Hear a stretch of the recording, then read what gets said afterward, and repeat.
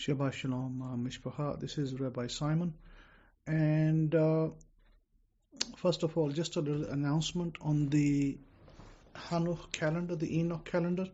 That is now complete and is already up on the website. I believe is Abrahamic-faith.info. You will find the link over there to download it if you are following the calendar. The Enoch calendar. Now, other than that, as I explained the changes in my last lecture, what changes have been made and the reasons for those, and you shall find all those changes in that calendar. I also said that we have to start our new year not on 21st, but it has to be on a Sunday. So if the Sunday falls on a 22nd, if it falls on a 23rd, then we have to align it with that, padding out the days that are extra. That's the way this calendar becomes accurate. So that is the case, as you'll find as you download it. Other than that, I don't think there is a lot of other news other than the fact that you know that both the United Kingdom and America, US, have got involved in a war with Yemen. That's the start. Now, I did give some information on that, but I don't give any further information on that publicly because it's not conducive to do so. So any information on that will only be given out privately to anybody who wishes to have it. I would suggest that those people who want to learn more about the Middle East conflict, they can always get the books that I wrote many years ago, and those books have the information that will explain what's going on. The World War III series, it's quite ironic that the names such as Bab al-Mandab, names such as the Suez Canal or Straits of Hormuz, Red Sea, and then there was one other name, Eritrea, the base in Djibouti. All these things I actually mentioned in my book in passing. And isn't it ironic that today, this time, we're actually seeing these things happen right in front of our eyes. Who could have said all these? I remember all the pastors in the main Christian churches were teaching about the European Union as the 10 toes of Daniel, and how the Antichrist is supposedly coming from the European Union and other things like that. So, and I'm pretty sure that they haven't departed from their erroneous teaching still. But I went straight forward and I painted a picture of how the Middle East is going to get involved in the conflict and how other nations will partake in it, etc. So a lot of information there for those who are interested in prophecy and things going on. Now, this lecture is geared towards your higher self. What is God's desire for us, and how did God begin this whole thing? And if we go back to Adam's time, and if we look at the Bible, and I'll be reading from the Hidden Truths Hebraic Scrolls, and where possible I'll explain if I read any other Bible. Very clearly we see the very first mention when Adam was created, and in the book of Genesis chapter 3 verse 7, it says, "And Yudhe-Wahe Elohim formed Ha-Adam of the dust of the ground, and breathed into his nostrils the breath of life, and Ha-Adam became a living soul." And then it talks about, "And Yudhe-Wahe Elohim planted a garden eastward in Eden, and he led Ha-Adam there whom he had formed."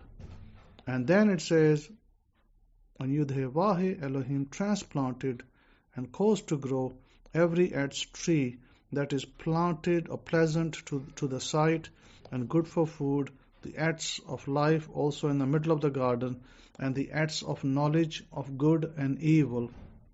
And a river goes out of Eden to water the garden, and from there it separated and became 4 heads. And the name of the first is Pishon, which is round about the whole land of Havilah, which was the ancient land of India, Saudi Arabia, and parts of Africa. It says where there is gold. And then it goes on. After all of that, it simply says in verse 16, it says, and Yahoshua Elohim commanded Adam, saying, of every tree of the garden that you may freely eat. But before that, in verse 15, he only gave him that one command and said that when he led him into the garden, he said, you're to guard the garden and work it. Guard it carefully. Okay? We're going to look at it both symbolically and allegorically, both literally and allegorically. In verse 15, and Yahoshua Elohim led Adam and placed him into the garden of Eden to work and to guard it carefully. Okay, so that was his job. He was to guard the garden and work it. Now, what is the garden? Now, the garden here, we'll take it literally as a place that God created for man to work it, and then he created Hawa, the woman, and she was there as well. Okay, so the highest ideal here, clearly, that God established was for man to just stick to that one command to look after the yard, as you may call it in America. Look after the yard, make sure it's clean, taken care of, flowers are watered, trees are watered, etc., etc. But we clearly see that Adam failed to do that, and then there was a violation done with Hawa in the midst of it. And then after that, what we find is that we move on to Abraham. But before we move on to Abraham, we come to the mystical side of this. So, and he says, and Yahoshua Elohim led Adam and placed him into the Garden of Eden to work and to guard it carefully. Garden of Eden, okay? What is the Garden of Eden? The Garden of Eden here, mystically speaking, is your mind. So God has planted you and breathed into your nostrils, male and female, both, and you are planted here to have a very powerful mind that is more powerful than a computer, and you are to guard it. And so whatever you think, what does it say here? To work and to guard it carefully. So whatever you think into your mind, if you think negative, then you produce negative. If you think positive, helpful, good thoughts, then you produce good things. And also it says, and Yahoshua Elohim commanded Adam, saying, of every tree of the garden that you may eat freely. But of the acts of the knowledge of good and evil you shall not eat of it, for in the day that you eat there you shall surely die. So, in other words, if we look over here, a tree can be akin to a man or a woman, but in this case, the tree itself, the branches thereof, the fruits thereof, tree is a desire. Now, it talks about having good desires and it talks about having negative desires. And it says of the acts of the knowledge of good and evil, you shall not eat of it. In other words, when we have a desire that is positive, and then suddenly we turn it into negative because for some reason we don't believe that it's going to come to pass for us, and we start thinking about it in a negative way, then we are not to eat of it, meaning that you are not to consume yourself in that desire because it will be harmful to you. So you shall surely die, it simply means that you won't benefit from that desire in the long run, because death here is not talking about physical death, it's talking about spiritual death, or it's talking about physically you will suffer, basically. That's what it means. You will suffer in the world. And then we find that, of course, Adam did not, and so Adam fell. And then we come to Abraham. And Abraham, what we find with Abraham, God came to Abraham in Genesis chapter 12, where we see that Yahoshua said to Abram, go from your country, your people, and your father's household in the land I will show you. So Abraham was given his highest attribute. First, Adam was given it. Adam failed, and then I guess Adam and Eve both failed, and then Abraham was given it. This time Abraham was given certain set of instructions. First instruction was that you have to leave your home. Now that's a very tough one, and now Yahoshua had said to Avram, get out of your country, from your native country, and from your Abba's base to a land that I will show you. And I will make you a strong and mighty nation, and I will make you a benefit to others, and make your name great, and you shall be an increase to all who embrace you. So what is Abraham in this case? So if we go back and look at the Bible as a historical book, or a book where things have happened already in the past with laws, statutes, and judgments, we see that Abraham in this case was called out of a land in the north, or you might say east, and he was called out of that land, and I would say the north, and we can say northeast, both are accurate. So he was called out, and then he was told that I will make you a strong and mighty nation, and I will make you a benefit to others. Now, Abraham, according to the rabbis' rabbinic interpretation, was a man that did produce the results that God desired for him. So Abraham's highest ideal, first almost his test, was to leave his father's house, and he left his father's house. Of course, it took him a few years because getting to that point where God had come to him a couple of times, and he left his father's house and he went his merry way. And he was, basically in Israel. Okay? So, up to Abram, let's take Abram as a mystical figure. What does Abram represent? If Abram's coming out of the northeast, and if Abram represents a blessing to all of you, all of us, to the whole world, if he expresses a blessing, or if his meaning is Abram's name itself is a blessing, and various people over the years have devised or tried to interpret what does the word Abraham mean, and many people come with different meanings, but one meaning that's kind of stuck is that he's a father of the multitude. Okay? But I'm going to take this little mystical, and I'm going to go and say Abram is your mind. Abraham or Avram or Avraham, whichever way you pronounce it, is your mind. It's very powerful. It's an attribute of your mind. And if it's an attribute of your mind, then you have the ability through Abraham. What is Abraham? Your mind. And through your mind, you have the ability to make decisions that can bring mighty blessings to you and everybody else. Everybody else around you. Yourself and everybody else around you. Now, that's the only way you can be increased to others. The only way you can be a light to the others. And I will bless those who come to bless you, and I will curse him who despises you.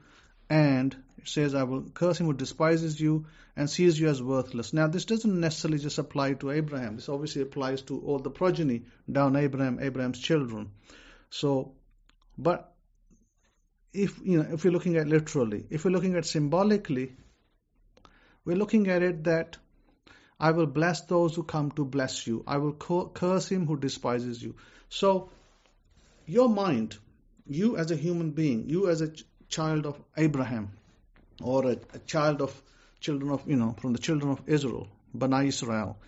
So, what does that mean? That means that you have the potential to be, if Abraham is your mind and it's in the north, then your mind, which is in the north, when we stand up, our head is the north. So, our mind, through our right thinking, and through that garden, That is our mind. Our mind is a garden that we plant and we prune it.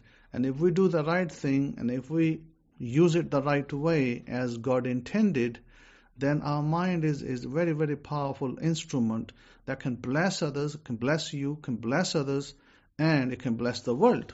I mean, look at the kind of inventions that people have made. Invention of the telephone, invention of the TV, invention of the computers, invention of other things, household items even, the invention of cookers, stoves, microwaves and other things that have been invented. All of those things have blessed people. They have shortened their time to work, and they have been a tremendous blessing. Where did they come from? They came from man's mind. What is man's mind? Man's mind is Abraham. Abraham is the mind. If Abraham is the mind, then Abraham was able to bless everybody, speaking mystically. So from Abraham, we move on to Jacob. Now, when we move on to Jacob, so Abraham's highest ideal was to be in a rightful mind, to do the right thing, and God will bless Abraham. And so we see that Abraham fulfilled that desire. Similarly, we see that then Jacob was then chosen next.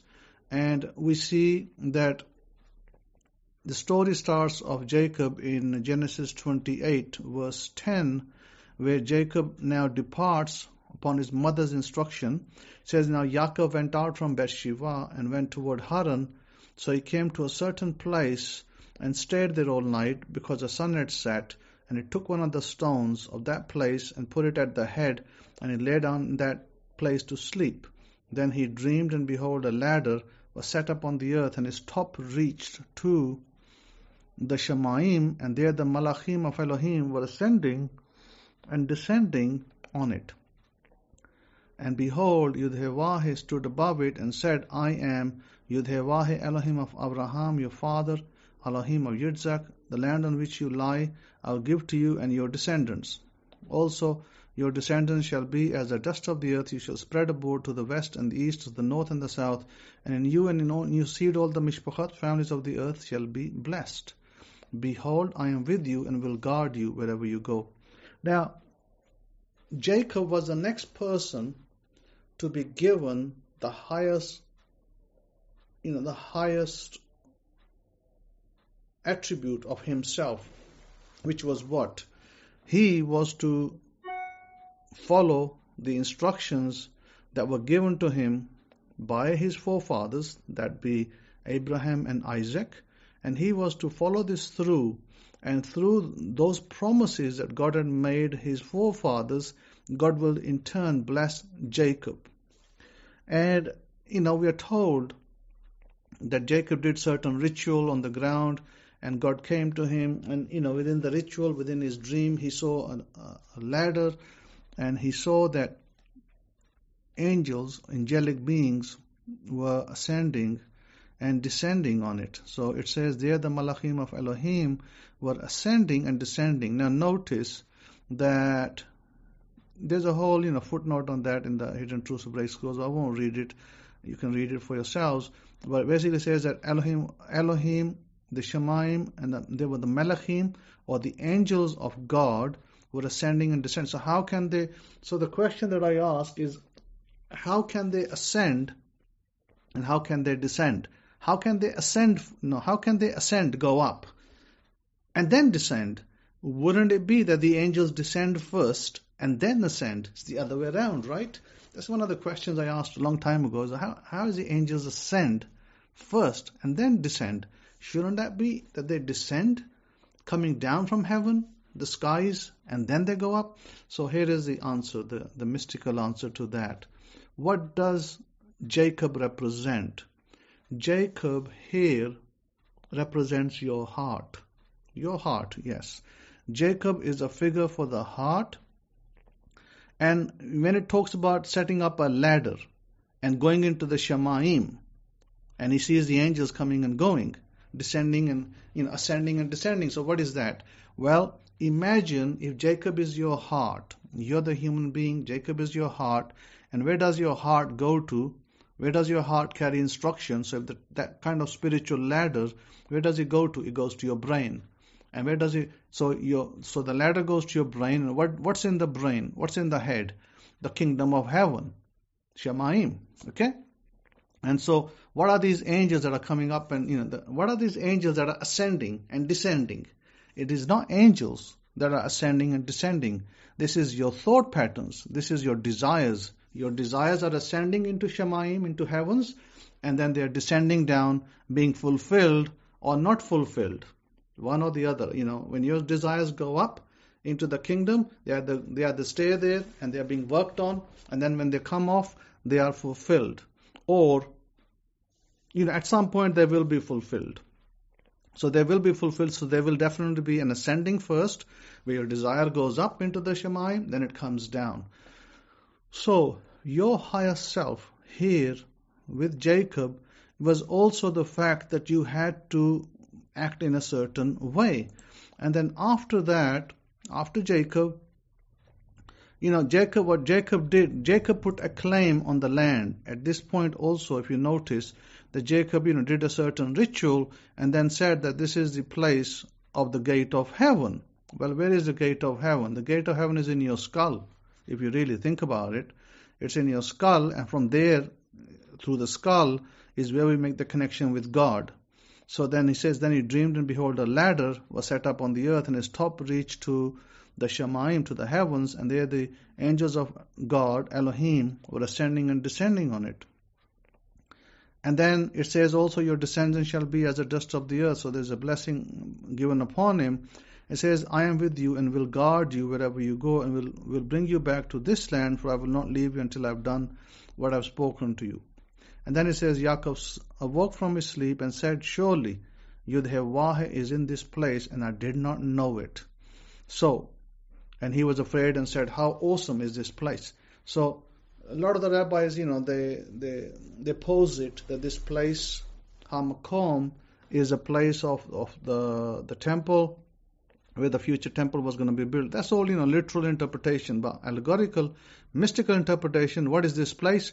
This place is your skull. This place is where your conscious, your subconscious, your supermind are dwelling in it, and they are the ones that are responsible for taking you up to the throne of God and to bring you back down. So Yaakov, Jacob, if Abraham is your brain, if Abraham is the part that's going to be the blessing to you, then Jacob represents the part that is your heart. Okay? So we then move on to the children of Israel, and when the children of Israel got their, when God gave them the laws and established the laws, and in the book of Numbers, chapters 20, let me go to the book of Numbers. Let's see, where are we? Chapter 20. Here we are. Chapter 20, and I believe it's verse 12. And it says, and Yud-Heh-Wah spoke to Moshe and Aaron, because you believed me not to set me apart. No, not this one. It's not that one. Let me pull the right one.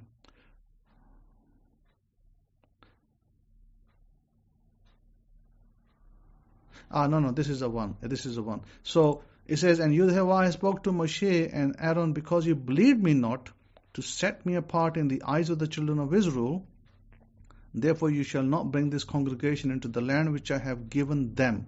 This is the mime of Merivah, because the children of Israel contended with Yud-Heh-Wah, with Elohim, and he was sanctified in them. So God here is telling Moses of his displeasure, that Moses was asked to do something and he didn't do it that particular way. He did it in a different way. And God was upset.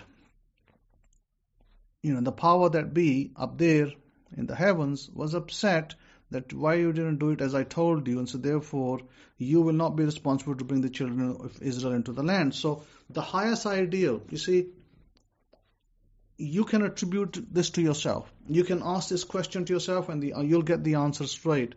That when you were a young child and when you were going to grow up, and if somebody asked you, said, what would you like to be when you grow up? And some children might answer, I like to be a policeman. And some might answer, I like to be an astronaut. And others might answer, I like to be a doctor, or I like to be a soldier.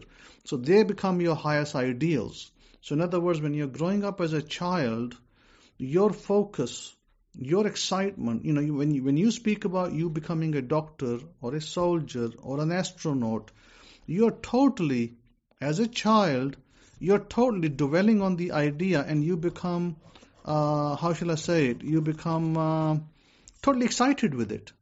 That is your desire. So your highest ideal as a child is to be that person that you've decided to be. That really excites you, isn't it? So you work on that, and nobody deters you. I mean, if anybody said to you, hey, why you want to be a policeman, or somebody said to you, why you want to be an astronaut, you don't really care. You keep your focus. So what do we get taught? What do we learn from that? What we learn from that is that we need to be as children. So how do you mean as children? Well, in the New Testament, Jesus also said, and I spoke about this last time, is that be like children. Because children have pure desire. Their desire is pure. It's not tainted by any worldly thought. So you also, if you want to have a desire, you need to have it as pure desire. Doesn't matter what anybody else thinks. You might say, hey, I want to have $1 billion in my life. And somebody else might say, are you stupid? How are you going to get $1 billion when you don't even have a business? Other people can be very critical of you not having that money or desire fulfilled. But you, as a child, you need to keep your focus. And you should not deter from it. Like if you wanted to be a billionaire, or if you wanted to have a business that's generating, $5 million annually, you should not deter from it. As a child, you should stick to it, because that is your highest ideal. Your highest ideal. God has sent you here. Listen, God did not put us all here to suffer. That's the wrong idea. God put us here to experience the world, and through us, God experiences the world. So if God experiences the world through us, then shouldn't we be meeting our desires? Shouldn't we be setting our desire and stick to it? Of course we should. Here's the problem. What happens? Here's what happens. We have people, and they say, okay, I like to have $100 million. Okay, they set an intention. They like to have $100 million. What happens? They work on it for 6 months, 7 months, 8 months, maybe a year, and then they see no result. And then they say, oh, it doesn't look like I'm going to get 100 million. Okay, I'll come down to 50 million. Then it comes down to 50 million. Then, they work on it a little bit, and they still see no results. And they say, oh, okay, I'm going to bring it down to 10 million. So they come down to 10 million. And then they do a little work, and then again, no, affirmations or scripting or whatever, and nothing happens. And you bring it down to, from 10 million, you come down to, I don't know, maybe 5 million. And then from 5 million, you come down to 1 million. And from 1 million, you say to yourself, what is it that I just really need? What is it that I really need? And you say, oh, I only really need $200,000. That's all I really need. So I don't need, 100 million, 50 million, 10 million, all that. I just need $200,000. So you dwindling down, from 100 million to less, all the way to 200,000. Maybe even from 200,000, you might jump to 100,000 and say, oh, 100,000 will do it. So what does that represent? That represents lack mentality. When it represents a lack mentality, it means that you are not focusing on your desire, or you may be thinking within yourself. A lot of the times we don't like to admit it, but a lot of the times what happens is that we dwindle down because we have this inside doubt. Will I really get the 100 million? Will I really make the $200 million? And because we have that doubt, we keep dwindling it down. It is doubt. And what is doubt? Doubt is the first name of Satan. Satan basically means doubt. Okay? So when you doubt, Satan has now come into your kingdom. So what does Satan do? Satan disrupts. Satan makes sure that you keep the doubt. And you keep on doubting yourself so you don't get to your desire. So what is the solution? The solution, I will give you the solution, but first of all, the solution is this, that once you set your intention, don't deter from it. Like, if you set an intention to have 50 million, then stick to 50 million. If your intention is to have 100 million, stick to 100 million. Maybe you can go 150 million. That's okay, but don't bring it down to, bare bone basics, like saying, oh, I think I can manage with the $100,000, because that simply reduces it to lack, and everything that I'm going through in the scriptures, it negates it. Abraham, Jacob, the blessings, everything, it negates it. It negates everything that I've been teaching. So how, you might say, Kohen, but how, I don't have a business. I don't have business acumen. How am I going to get $100 million, $200 million? How am I going to get it? Okay. Very simply is just with the same instruction that God gave Adam. What was the instruction? Tend the garden. What is the garden? The garden is your mind. What do you tend the garden with? With nice, good thoughts, good thinking, good thinking, good imagination techniques, techniques of imagination where you imagine, where you dream. You dream big. You dream, you daydream, as many people do. There's nothing wrong with it. You daydream that you have the business, you have the acumen, that you are, and then what does it matter? Does it matter that you don't have the acumen? It's okay, because if you still wanted a $100 million empire, so what? You employ people. There are many people who are intelligent, who have been educated, and you can employ an accountant, you can employ lawyers, you can employ anybody. All you need is the cash, the money.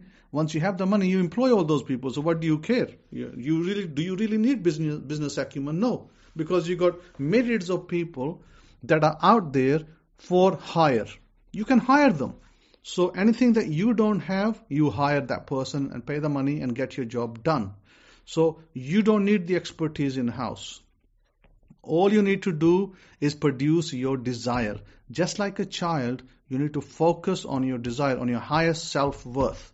Now, the children of Israel, when they were in Egypt, they were suffering from slavery and negative thoughts and, being pushed hard in labor and things like that. So their mind had succumbed to those negative environments. When God brought them out and God gave them a vision, God gave them a higher self. What did God say to them? I am going to take you to a land, a new land, a land that flows with milk and honey, a land that that your children will grow in, that you will prosper from. So God raised their expectations.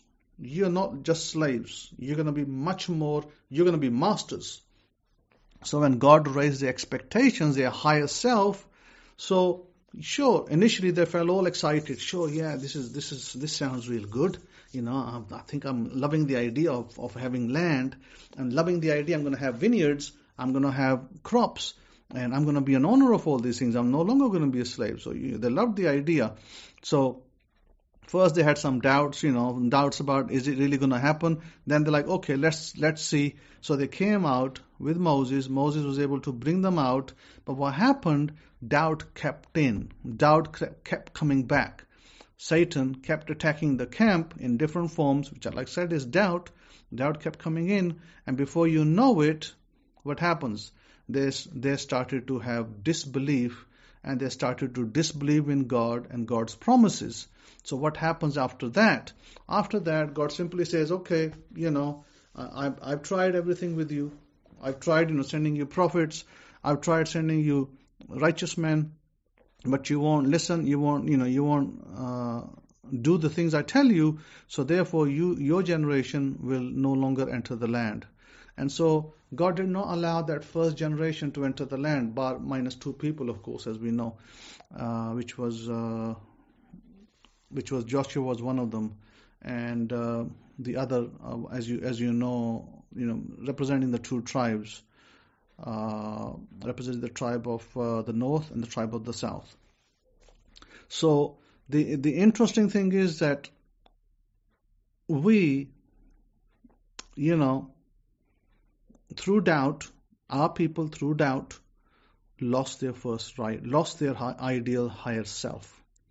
So that to me, the children of Israel, the model is where you have a higher self and you have the ability to receive it, yet through your doubt, through your disbelief, you lose it. So that's why I'm saying to you that when you want to acquire something, when you want to set a desire, but don't depart from it. Don't change your mind. Don't say to yourself, oh, first I'm going to get $200 million. And then you say, I'm not sure if I'm worthy to have 200 million. Maybe I'll go down to 10 million. Maybe I'll go down to 500,000. Maybe not even 500,000. Maybe I'll go to 100,000. And then from 100,000, maybe I'll go 50,000. So you're always dwindling down until there's nothing left, because you have doubt, because you do not have confidence. And so therefore, those are the things that you don't want in your life. You do not want doubt. You do not want disconfidence. You want to have confidence. You want to have no doubt, and you will succeed. Let me give you a simple method, and I will tell you the result of a simple experiment I did. The way I did my experiment, I wrote down my intention on a post-it note. I got a post-it note, and I said I'm going to prove if this thing works or doesn't work.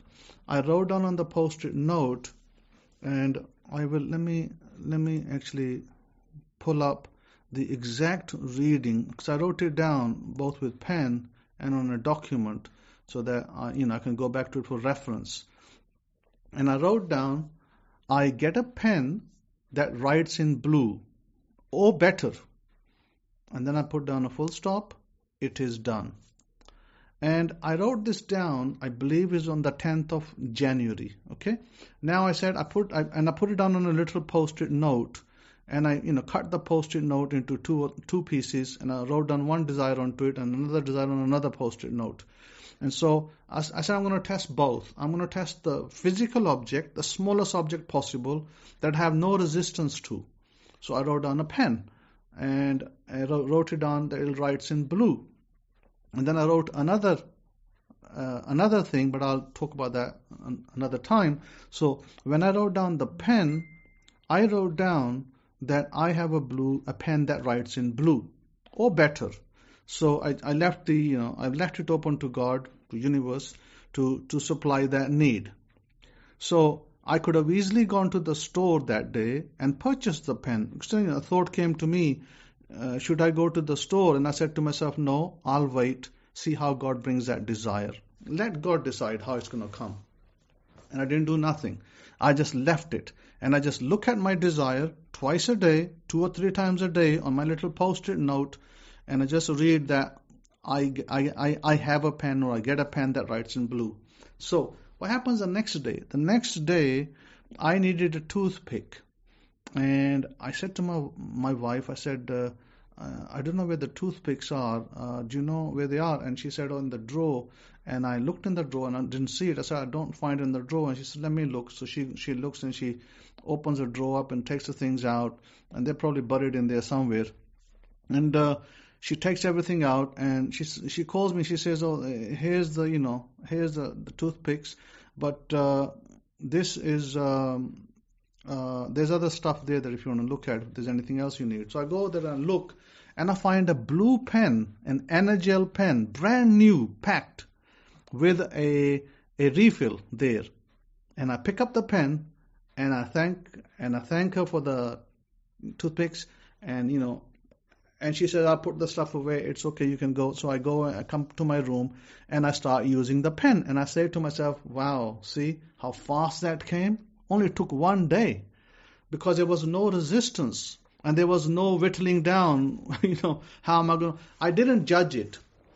So the worst thing you do, here's the worst thing you are doing and why you are failing. You're failing because you're doing three wrong things. First of all, you're doing the right thing, you're having a desire. Now the first mistake that you make is you do not know what your desire, you don't have an absolute desire, meaning that some of you, you may ask for money, you just say, I want lots of money, but you don't know how much. That's your first mistake. So first of all, you need to know exactly how much. How much is it going to be? 100 million? Is it going to be 200 million? Is it going to be 500 million? You decide on that factor first. Then you decide is you don't prejudge it. See, a lot of you, what you're doing, and this is a mistake that happened with me in the past, is you prejudge it. When you say, I want to have $50 million, you immediately think, lottery jackpot. And you think, I'm going to get it through the lottery jackpot. So what did I do by doing that? I judged it. When I judged it that it can only come through the lottery jackpot, sure, maybe it can come through the lottery jackpot. I'm not saying that it can't, but I'm saying that I already judged it. So what did Jesus say in one of the sermons? Judge not, that you not be judged. And we are told in Torah in various ways, in various times, that we are not to judge singularly. And when we make a judgment, it has to be collectively. So what is the mistake? The mistake is this, that when you set an amount, let's say you set an amount of $20 million, just as a smaller figure. And it could be 100 million, it could be, okay, I'll go with the 100 million. Let's say you set an amount of 100 million. What says that you have to win it through the lottery? Nothing says it. Nothing says it, and you shouldn't be judging it. You shouldn't be saying that either. You should not be judging it, saying, I'm going to win it through the lottery. Now I'm going to start doing the lottery tickets. And what happens is, after a while, when you don't win that 100 million, you get disappointed and you give up. Okay? That's what happens to a lot of people. Because they prejudged it. You have now technically bound God's hands, or the universe's hands are bound. You're saying to the universe, you have to bring it to the lottery jackpot. And the universe is saying, well, you better wait then, because I'll bring it to the lottery jackpot when the time is right. So when is that time? Who knows? When is that time? Is it now? Is it 10 years later? We don't know. So do not judge and do not bind the hands of God or the hands of the universe. This is the problem that a lot of people are doing when they are setting a desire. Like maybe, somebody's looking for a wife and they say, I want a wife. And then suddenly they place a country. But she must come from, England, for argument's sake, UK. So what have you done? You judged it. When you judged it, you put your manifestations 10,000 miles out. It may take a long time for it to happen. Okay? So you got to wait for a long time. Or maybe your $100 million, you're going to wait 10 years to get it. Are you willing to wait 10 years? Because now you bound the hands of God, universe. You bound the hands and you're saying, has to be my way. And the answer is no, it can't be your way. This is why, to give you an example of the pen, I did not judge it. I did not say, I have to buy that pen. I did not say, I have to go to a certain store to purchase that pen. I just left it open. The thought came to me about the store, and I said to myself, no, I'm going to leave it open. Let God decide how it comes to me. Let God decide, and I'm going to wait on it. And one day later, the pen manifested right in my hands, in my 3D, without me prejudging it. So what's the mistake that you're doing? Do not prejudge. So remove judgment. That's a very, very important thing that you need to do. And this is the problem. This is why Israel failed. Why did the children of Israel, first generation, failed? Because they judged it. Because they judged it. Said, we have to be, going to the land of Israel, flying, in chariots. We have to go there according to our judgment. And God said, no, you're not going there according to your judgment. You're going there according to my vision, how I'm going to take you. But they did not want God to decide for that. They wanted to decide. They wanted to decide what they do and when they do it. And the answer was no, you can't have that. And so they never got it. The first generation never made it, okay? Caleb was the second member of the south. And Caleb was a convert, by the way. He wasn't even from Israel. He was a converted person. So I'm giving you some of the biggest secret here of how to manifest your desire. When you have a desire, you first must write it down. Write down what you want. And you can write down, I have an intention to have, and then whatever that is. And then secondly, you put it on your table, or you carry it with you in your wallet, and you look at it 2 to 3 times a day, you look at it. And then you leave it. You do not prejudge it. Do not prejudge that desire. Do not say, it has to come through the lottery jackpot, or it has to come through this country. No. Leave all that open. Leave all of it open. when you leave all of it open, God will make sure He knows exactly how to deliver it to you in the fastest time possible. You will get it. There are many examples in the Bible where Jesus speaks about different things, and he spoke about the children and explained what that children means, and also he spoke about other things. And he said, when you pray, believe that whatever you desire, that you have received it and it will be yours. In other words, when you pray, when you petition, when you're sitting by yourself and you're maybe speaking your affirmation, maybe you're deciding to have something, is you need to be very particular and you need to believe that you have it. You need to believe. In other words, when you're going to birth something, when you're going to birth a desire, you're going to conceive it. When you conceive that desire, you're going to birth it now. You've got to become the mother and the father to that desire. So you've got to continue to believe in it. Don't doubt, don't judge, and you will have that desire. It's only a matter of time. And time is decided by, the fastest route is taken by God. If I decide to do something, I may take maybe the slowest route. But if God does it, He'll take the fastest route. Your mind, your conscious, your subconscious has the ability to not only connect with God, but find the fastest route to get to your desire. Much faster than what you might be thinking. You might be thinking lottery jackpot, but God might be thinking something else. If you ask for $10 million, you might be thinking only lottery jackpot can give it to me. But God may be thinking otherwise. I have heard of business people in businesses earning $100 million, earning $200 million. They didn't have to win a lottery. So if they can, why can't you? You also can be in business and do the same. So it doesn't have to be a lottery jackpot. I'm not saying that lottery jackpot can be one of the ways, but you need to leave it open. Don't prejudge. Okay? Leave it open. If you leave it open, you're more likely to succeed and faster if you follow this way. So the highest ideal is, what is God's highest ideal for you? The highest ideal for you in Torah is for you, when you set a desire, God has already said, I have blessed you. He didn't say, I will bless you. He said, I have already blessed you.